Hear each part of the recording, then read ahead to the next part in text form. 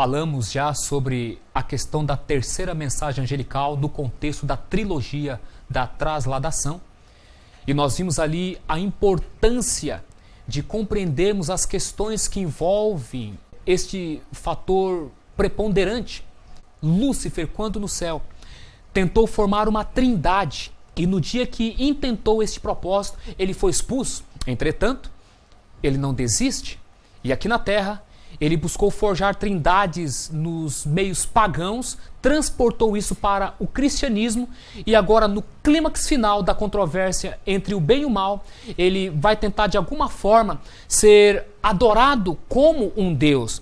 Daí então a razão de nós buscarmos compreender a verdade sobre Deus, sobre seu Filho e sobre a maravilhosa obra do Espírito de Deus, do Espírito de Cristo, que hoje muitos têm crido ser um terceiro Deus. Nós então deixamos essas questões bem claras, mas agora nós vamos dar ênfase no coração da terceira mensagem angelical, a mensagem da justiça pela fé. É uma mensagem que também tem sido muito distorcida no meio cristão, no meio evangélico. Isto porque quando no século 3 e 4 doutrinas errôneas adentraram o cristianismo, no afã de introduzir a trindade, mexeram na personagem de Cristo. Eles divinizaram plenamente Jesus Cristo, colocando o seu aspecto humano como ele não sendo totalmente humano.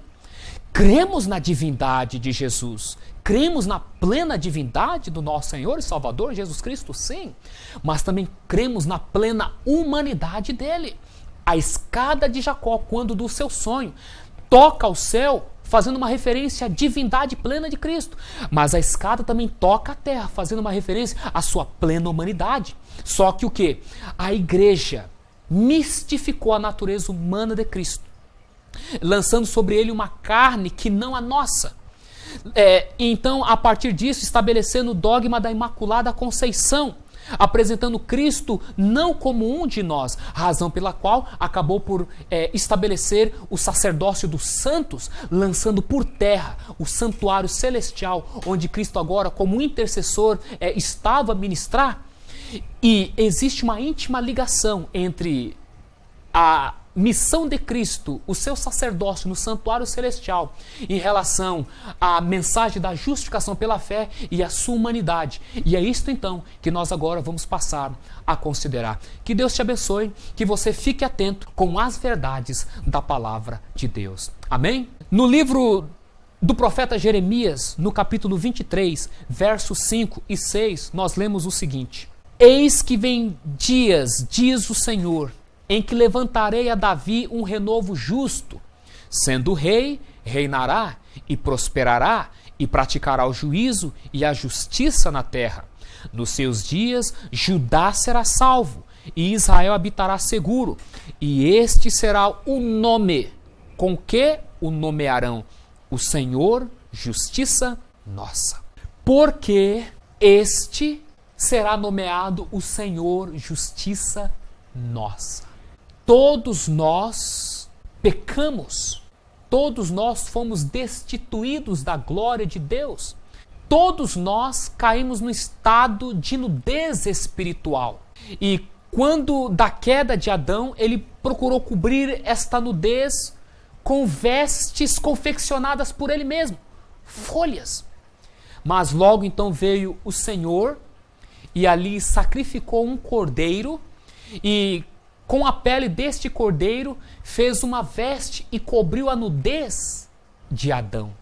A justiça própria de Adão não tinha como resolver o problema do pecado que ele praticara. Então vem agora Deus e confecciona uma vestes que tem que ver agora com a justiça do cordeiro, cordeiro este de Deus, que viria e remiria o homem dos seus pecados, dando a ele, então, a chance da vida eterna. Por isso que o texto diz que Deus levantaria um renovo de Davi. Não à toa Cristo foi chamado de o filho de Davi, Deus diz que o que? Judá seria salvo através deste, e o seu nome seria então o Senhor, justiça nossa, porque ele faria justiça por nós. Veredito de absolvição da pena do pecado. Nós lemos na Bíblia, todos estão debaixo do pecado, Romanos 3:9. Nós lemos, o salário do pecado é a morte, Romanos 6:23. Nós lemos, Deus prova o seu amor para conosco em que Cristo morreu por nós, sendo nós ainda pecadores, Romanos 5:8. E nós ainda lemos, sendo pois justificados pela fé, temos paz com Deus por nosso Senhor Jesus Cristo, Romanos 5:1. Cristo efetuou já algo em favor de todo ser humano. Pagou a dívida que impendia sobre cada um deste, desnudou o peito levando na cruz do Calvário o golpe que deu a toda a humanidade a salvação. A apreciação do que foi realizado por Jesus em seu sacrifício permitirá que o homem assimile o significado da verdadeira fé e o sentido de gloriar-se na cruz. Quando Deus nos livra da pena do nosso pecado, e uma vez que o salário do pecado é a morte eterna, nós temos que entender que aquele cordeiro sacrificado em Gênesis 3 tinha que ver com o pagamento desta pena. Ali foi apresentado um substituto para nós. Então ali, meus queridos, nós que havíamos pecado, nós que havíamos transgredido a lei de Deus, temos então alguém que vem e sofre a pena destes nossos pecados no nosso lugar. É nos dado então uma absolvição com respeito à nossa transgressão. Nós vemos então que no primeiro momento nós vamos, mediante a fé, sermos justificados e passarmos a ter paz com Deus por conta do sacrifício vicário, substitutivo que este cordeiro sofreu em nosso lugar. Mas a questão não para aí, ela avança. Veredito de absolvição do poder do pecado. Porque o pecado não terá domínio sobre vós, pois não estáis debaixo da lei, mas debaixo da graça. Romanos 6,14. Que diremos, pois? Permaneceremos no pecado para que a graça seja mais abundante? De modo nenhum. Nós que estamos mortos para o pecado, como viveremos nele? Anulamos, pois, a lei pela fé? De maneira nenhuma. Antes estabelecemos a lei? Romanos 4:31. Quando reina a graça, é mais fácil fazer o bem do que fazer o mal. O reino do pecado repele todo o poder da graça, porém, quando este é rompido, o reino da graça fará o mesmo em relação ao poder do pecado. Uma vez que, onde abundou o pecado, superabundou a graça, subentende-se que, naturalmente, a graça é maior que o pecado, assim, a vida de transgressão dá lugar à vida de obediência, o triunfo de um é a derrota do outro. 1 João 3,4. Assim, como o sacrifício do cordeiro implicou no meu livramento da pena do pecado, as vestes com as quais Adão e Eva foram vestidos implicou no livramento do poder do pecado. É por isso que Paulo vai dizer que nós que estamos mortos para o pecado, como viveremos ainda nele? Se nós agora andamos em novidade de vida, somos uma nova criatura em Cristo Jesus. Então veja bem, meus queridos, o mesmo Cristo que te livra, que me livra, que nos livra da pena do pecado, é o mesmo que nos livra do poder do pecado. Por quê? Porque ele veio ao mundo para salvar o seu povo dos seus pecados, não nos seus pecados.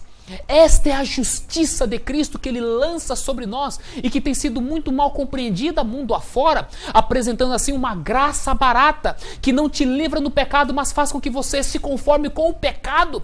Não estamos pregando aqui carne santa, santidade da noite para o dia. Nós estamos dizendo que uma vez escravos do pecado, nós fomos libertos pelo sangue de Jesus, somos agora servos da justiça, e como servos da justiça nós vamos obrar pela presença e o poder de Cristo em nós através do Espírito Santo, obras de justiça, de forma que não sou eu, mas Cristo em mim agora o que? Operando a nova vida, a vida da fé, condenado o que condenava. Romanos 8, verso 1 ao 4 vai nos dizer: portanto, agora, nenhuma condenação há para os que estão em Cristo Jesus, que não andam segundo a carne, mas segundo o Espírito, porque a lei do Espírito de vida em Cristo Jesus me livrou da lei do pecado e da morte? Porquanto o que era impossível à lei, visto como estava enferma pela carne, Deus, enviando o seu Filho em semelhança da carne do pecado, pelo pecado, condenou o pecado na carne, para que a justiça da lei se cumprisse em nós, que não andamos segundo a carne, mas segundo o Espírito. Muitas pessoas leem o capítulo 7 de Romanos e passam a entender então que a mesma luta que Paulo tinha é a luta comum do cristão e que tem que se conformar. Eu desejo fazer o bem, mas não consigo. Então, paciência. Mas eles não entendem que quando Romanos foi escrito, não existiam capítulos e nem versículos, era uma carta por inteiro. Paulo ainda vai concluir o que ele estava descerrando no capítulo 7. Por isso que ele diz o que no verso 1, porquanto, agora ele chega, a suma é, depois ele dizer, miserável homem que sou, olha, essa era a minha situação quando eu vivia na carne, mas agora quando o Espírito de vida vem e me livra da lei do pecado e da morte, eu passo a andar em Espírito, e agora sim o que? Eu passo a ter condição de agora o que? Buscar viver a nova vida, a vida da fé, mas baseado no que isso é possível? O que viabiliza este processo? Deus enviar o seu Filho em semelhança de carne pecaminosa. Alguns dizem que esta palavra semelhança não é igualdade. Aqui não está dizendo de semelhança. E se você for verificar em outras traduções bíblicas, nós vamos conferir que o quê? Semelhança é igualdade. Por exemplo, Hebreus 9, 21. 1 Pedro, capítulo 3, verso 1, você confere a Bíblia corrigida com a Bíblia atualizada e vocês vão ver que os tradutores, pegando a mesma palavra no grego original, buscaram traduções diferentes, semelhança e igualdade, que tem que ver com a mesma coisa. Então essa evasiva de que semelhança não é igualdade não tem fundamento. Agora, Deus envia o seu Filho para quê? Deus envia o seu Filho para condenar o pecado na carne, mas que carne? 1 João capítulo 4 vai dizer que o anticristo não admite que o Filho de Deus vem em carne. Ele nega. Mas nós vemos o mundo cristão dizer, nós cremos que Cristo vem em carne. A questão não é se Cristo vem em carne, a questão é que tipo de carne ele veio. Carne pecaminosa como a minha e a sua?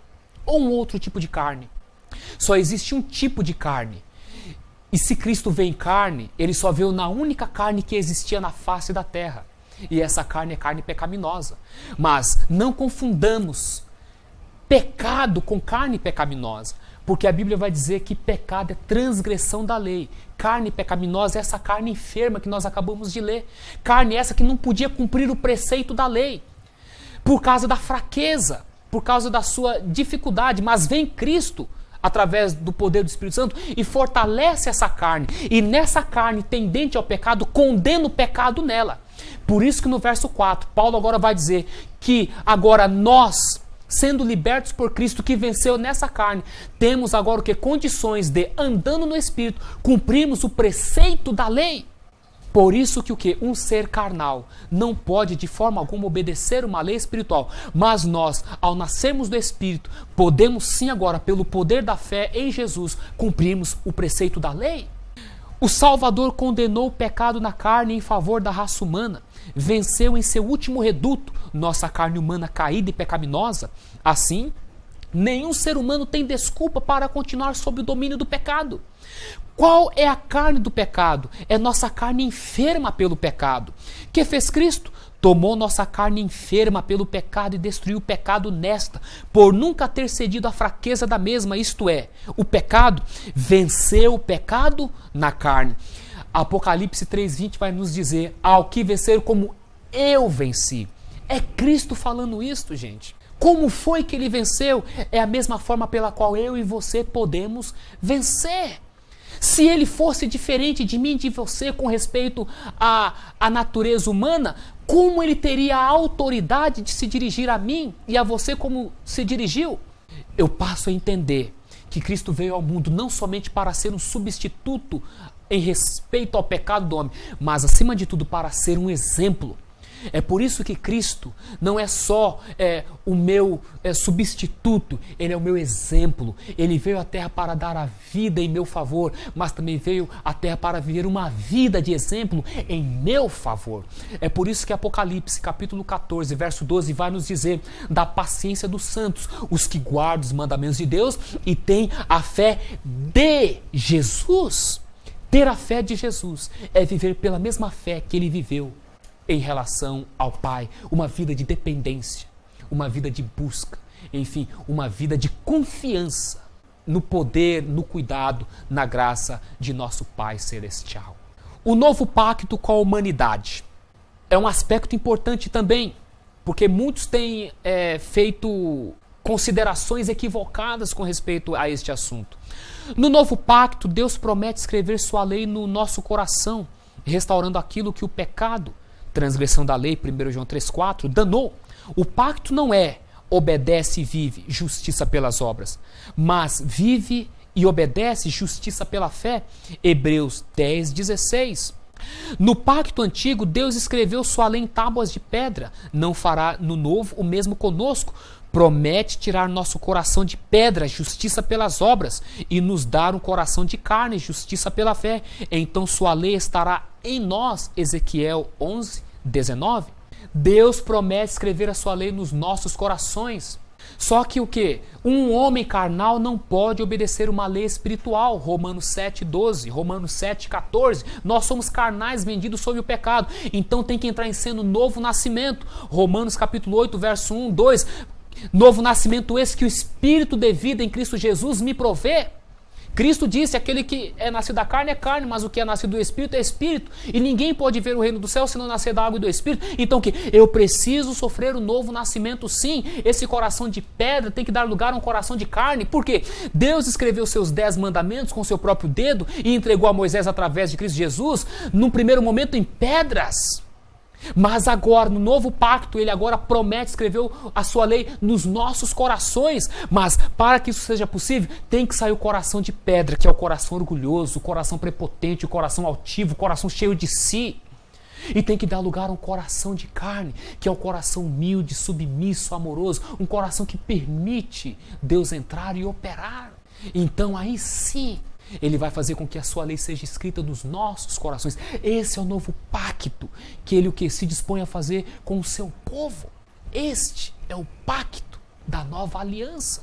A justificação no santuário terrestre.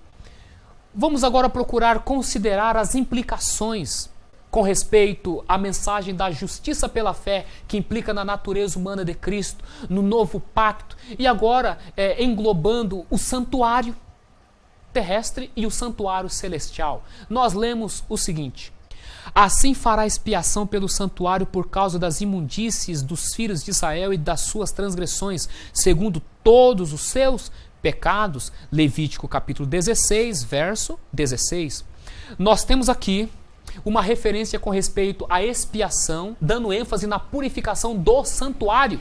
O que era o santuário? O santuário era um lugar onde o povo de Israel, por conta dos seus pecados, se dirigiam a fim de confessá-los, colocando a mão por sobre um cordeiro e este sendo sacrificado, pagando então pela penalidade dos pecados cometidos deste. Simbolicamente, estes pecados eram transferidos para o santuário e durante todo o ano eles eram ali cumulados.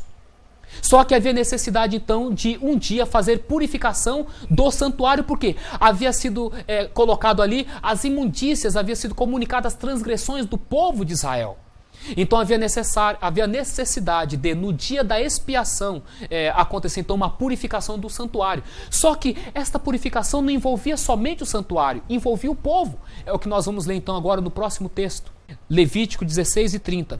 Porque naquele dia se fará expiação por vós, para purificar-vos, e sereis purificados de todos os vossos pecados perante o Senhor. Nós temos aqui que tanto o santuário, aonde havia sido levada a iniquidade do povo durante todo aquele ano, implicava também o quê? A purificação do povo. A purificação tinha que ver com o santuário e com o povo que se dirigia ao santuário. Esse dia em que ocorreu esta purificação era chamado de o dia da expiação. Eram trazidos 2 bodes, era lançado sorte em um para o cordeiro, e era lançado sorte no outro para o Azazel, que era aquele que tinha sido causador, o tentador, o culpado inicial pelas transgressões do povo de Israel. Agora, qual é a relação disso com o santuário celestial no que concerne a mensagem da justificação pela fé? Avancemos. A justificação no santuário celeste, até 2.300 tardes e manhã, e o santuário será purificado. Daniel 8, 14. 70 semanas estão determinadas sobre o teu povo e sobre a tua santa cidade, para extinguir a transgressão e dar fim aos pecados e selar a visão e a profecia e ungir o santo dos santos. Daniel 9, 24. Temos aqui dois textos bíblicos com profecias de tempo. O primeiro com uma profecia de um tempo maior, 2.300 tardes e manhã, e o segundo com a profecia de tempo menor, as 70 semanas. Tudo no contexto do santuário. O livro de Hebreus vai nos lançar luz para a nossa compreensão com respeito a estas questões. Vamos então ler Hebreus. Ora, a suma do que temos dito é que temos um sumo sacerdote tal, ministro do santuário do verdadeiro tabernáculo, o qual o Senhor fundou e não o homem.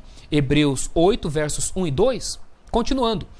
Tendo, pois, irmãos, ousadia para entrar no santuário, cheguemo-nos com verdadeiro coração em inteireza de fé, tendo o coração purificado da má consciência. Hebreus 10, 19 e 22. Nós temos agora Cristo ressurreto, ascendido ao céu, como agora intercessor, e aqui está dizendo que ele agora é ministro do verdadeiro santuário, do verdadeiro tabernáculo que o Senhor erigiu e não o homem. O que Moisés havia erigido sob orientação de Deus era uma cópia, um modelo daquele que havia no céu. Êxodo vai nos deixar isso bem claro. Agora Cristo está no verdadeiro tabernáculo intercedendo em favor dos homens. E o que é que ele está purificando ali? Paulo diz para nós nos achegarmos a este santuário tendo a consciência purificada de maldade, de pecado. Então o fator purificação, o fator santuário tem relação. Vamos então compreender isso com mais profundidade. Vamos considerar aqui um diagrama profético. Neste diagrama profético, nós temos então a profecia de tempo maior, 2.300 dias, anos. Por quê? Ezequiel capítulo 4, verso 6, Números capítulo 14, verso 34, vai nos dizer que para cada dia Deus nos deu um ano. A Bíblia em Gênesis 1 vai dizer o quê? Foi tarde e manhã o primeiro dia, tarde e manhã o segundo dia. Se uma tarde e uma manhã é um dia, e um dia em profecia é um ano, nós temos então o quê? 2.300 anos. Essa é a profecia de tempo maior que está registrada em Daniel 8,14. Mas tem uma profecia de tempo menor, há 70 semanas. 70 semanas vezes 7, porque cada semana tem 7 dias, multiplicado nós vamos ter 490 anos, de acordo com Daniel 9, 24. Ou seja, se nós descobrirmos o ponto de partida deste tempo, desta contagem, nós vamos chegar a um tempo de finalização desta contagem. Segundo o livro de Daniel, ainda no capítulo 9, nós vamos ver ali que existe uma ordem para restaurar e reedificar Jerusalém e que ali marca o ponto de partida. E esse tempo de partida, o ponto, é o ano 457 a.C. Considerando que as 70 semanas ou 490 anos, que é o menor tempo dentro deste tempo maior, é designado ao povo de Israel, nós vamos então estender-nos até o ano 27, quando começa o quê? A contagem da última semana, que tem que ver com o Messias ungido. Nós temos então o quê? O batismo de Jesus. Neste momento começa a contagem então da última semana deste período de 490 anos. Só que a profecia diz que na metade da semana o Messias será cortado. Isso tem que ver o quê? Com a morte de Cristo. E o período tem ainda uma outra metade que se estende até o ano 34, que tem que ver o quê? Com a morte de Estevão, a conversão de Saulo e a finalização deste período para o povo judeu. 70 semanas estão determinadas ou separadas sobre o teu povo. 2.300 dias ou anos, menos 490 anos, vai nos restar o quê? 1.810 anos, que vai nos levar até o ano de 1844. A profecia diz o quê? Até 2.300 tardes e manhã e o santuário será purificado. Ou seja, a conclusão não é outra. de 1844 para cá, o santuário celestial feito pelo próprio Deus e não pela mão de homens entrou no processo de purificação, ou o conhecido dia de juízo, ou dia da investigação, o dia da purificação ritual ali do povo de Israel. Por que tudo isso? Porque tudo que ocorreu ali com o povo de Israel era uma sombra de fatos reais que ocorreria no futuro. Por exemplo, os cordeiros que eram ali sacrificados era uma referência ao Cordeiro de Deus que viria ao mundo. Os sacerdotes que ali oficiavam era uma referência ao sacerdócio de Cristo. O santuário que ali existia era um modelo, uma cópia do verdadeiro santuário celestial. Apocalipse capítulo 11, verso 19 vai falar de um templo que foi visto no céu. O templo não é o céu. Existe um templo no céu, no contexto do plano da redenção. Então, daí a razão da ligação entre a mensagem da justificação pela fé e a purificação do santuário lá terrestre e a purificação do povo, e a relação da mensagem da justificação pela fé e agora a purificação do santuário celestial e a purificação do povo que participa deste serviço. Tudo isso relacionado com a questão do pecado e a vitória sobre este. O santuário e os adoradores. Levanta e mede o templo de Deus e o altar e os que nele adoram, e deixa o átrio que está fora do templo. Apocalipse 11, 1 e 2. O que nós temos aqui? Nós temos o santuário e os adoradores. Os crentes em Cristo, aqueles que têm professado fé no sangue de Jesus para a remissão dos seus pecados. Então veja bem, está sendo dado ordem para que seja medido, que haja uma investigação. Todas as pessoas que professam fé em Jesus, meus queridos, têm os seus nomes escritos no livro, nos registros celestiais. Todas as suas obras são ali registradas, as suas confissões de pecado. Agora, Paulo diz que há um dia que Deus tem determinado em que há de julgar o mundo. Paulo diz que todos nós teremos de comparecer perante o tribunal de Deus para sermos julgados segundo as nossas obras. Qual a relação disso tudo? Meus queridos, antes de Deus finalizar a sua obra salvífica, ele precisa deixar claro perante os anjos e os seres não caídos que as pessoas salvas por ele são dignas de estarem ali no céu. E como isso se dá? Havendo uma investigação do registro da vida de cada um destes.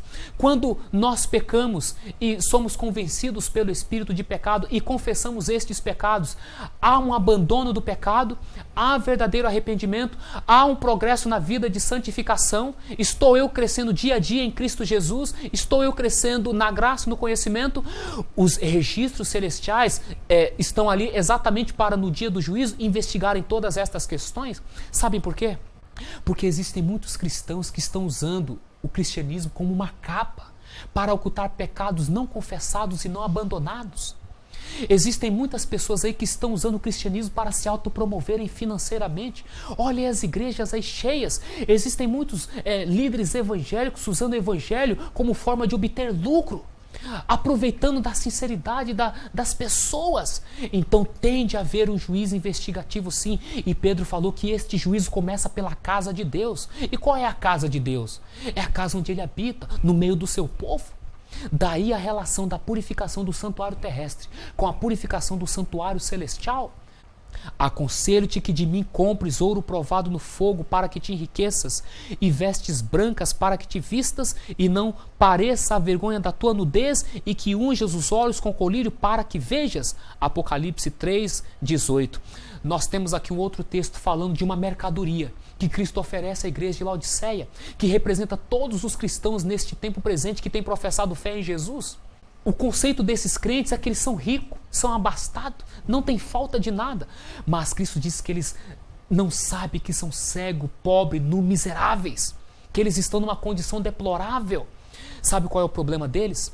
Eles têm um falso conceito acerca de si mesmo, justiça própria. Mas vem agora Cristo e quebra este falso conceito, apresentando-lhe mercadorias que eles precisam urgentemente comprar. E essas mercadorias são o quê? O ouro da fé e do amor. As vestes que representam o caráter dele, a sua justiça que é obtida pela fé, e também o colírio do Espírito Santo que é obtido através de estudo da palavra de Deus, através da busca da verdade, através da luz que procede do trono dele. Daí a razão deste conselho. Atenderá você este conselho? Reconhecerá você a sua triste condição? Ou permanecerá no orgulho laodiceano, neste falso conceito de segurança própria? A terceira mensagem angelical, ela vem para quebrar, para desfazer esta situação. Laodiceia é o povo do juízo. Eles professam honrar a Deus com seus lábios, mas seu coração está longe dele. Em vão adoram, ensinando doutrinas que são preceitos de homens. Mateus 15, 3 e 9. A justiça própria destes impedem de a justiça de Cristo entrar. Por isso estão sendo medidos, ou seja, estão sendo pesados na balança do juízo. Adoradores leais são purificados pela fé na justiça de Cristo. É por isso que o santuário está sendo medido e os adoradores estão sendo, então, pesados nas balanças do juízo. Porque, torno a repetir, a questão, o fator adoração é o pano de fundo de todo o contexto que implica a questão das três mensagens angelicais relacionado com o coração, que tem que ver com a mensagem da justiça pela fé. E os 144 mil? Vamos ver aqui Apocalipse 7, 1 e 4. E tinha o selo do Deus vivo, dizendo: não danifiqueis a terra, nem o mar, nem as árvores, até que hajamos assinalado na testa os servos do nosso Deus. E ouvi o número dos assinalados, e eram 144 mil. Nós temos aqui um selo, o selo de Deus. A orientação de Deus para que o quê? Os anjos não danifiquem a terra, para que esta mensagem seja levada e para que os servos dele sejam assinalados na testa. Mas que selo é este? Então nós vamos em Apocalipse 14, 1.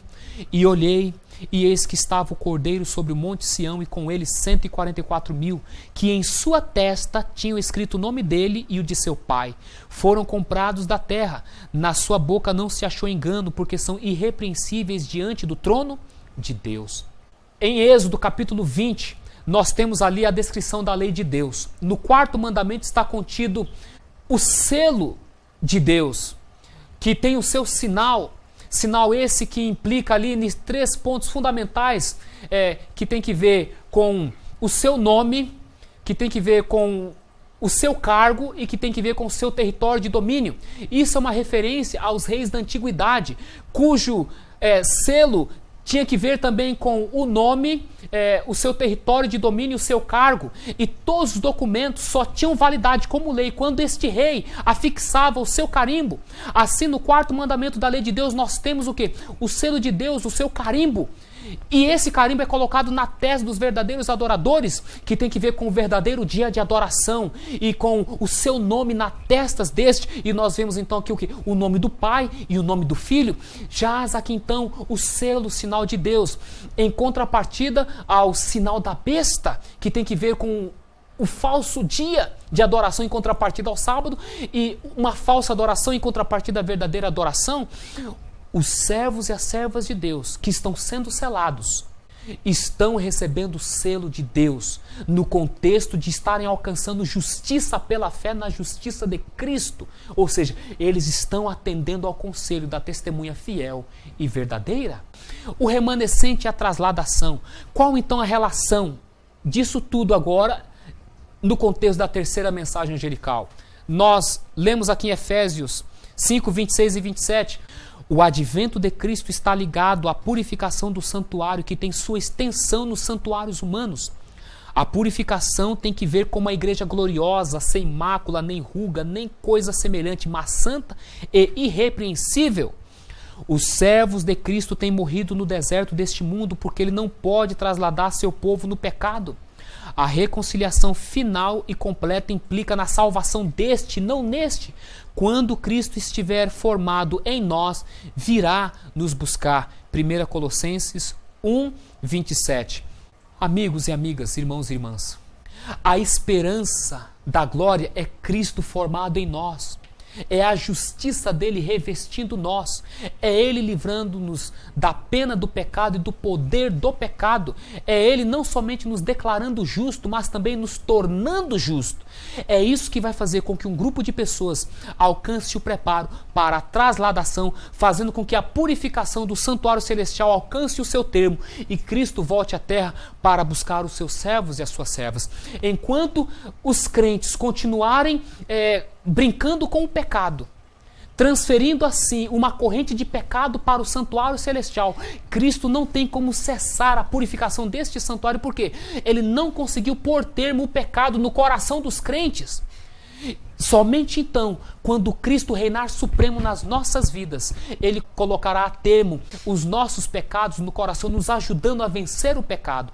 Então nós alcançaremos justiça. Ele finaliza então a purificação do santuário celestial e Deus então ordena que Ele então regresse à terra. Está feito, e Ele busca então a sua igreja, vindo então pela segunda vez, e nós então sejamos ali visto no Monte Sião, tendo o nome dele na nossa testa, o nome do Pai, o nome do Filho, e então desfrutando as maravilhas da eternidade.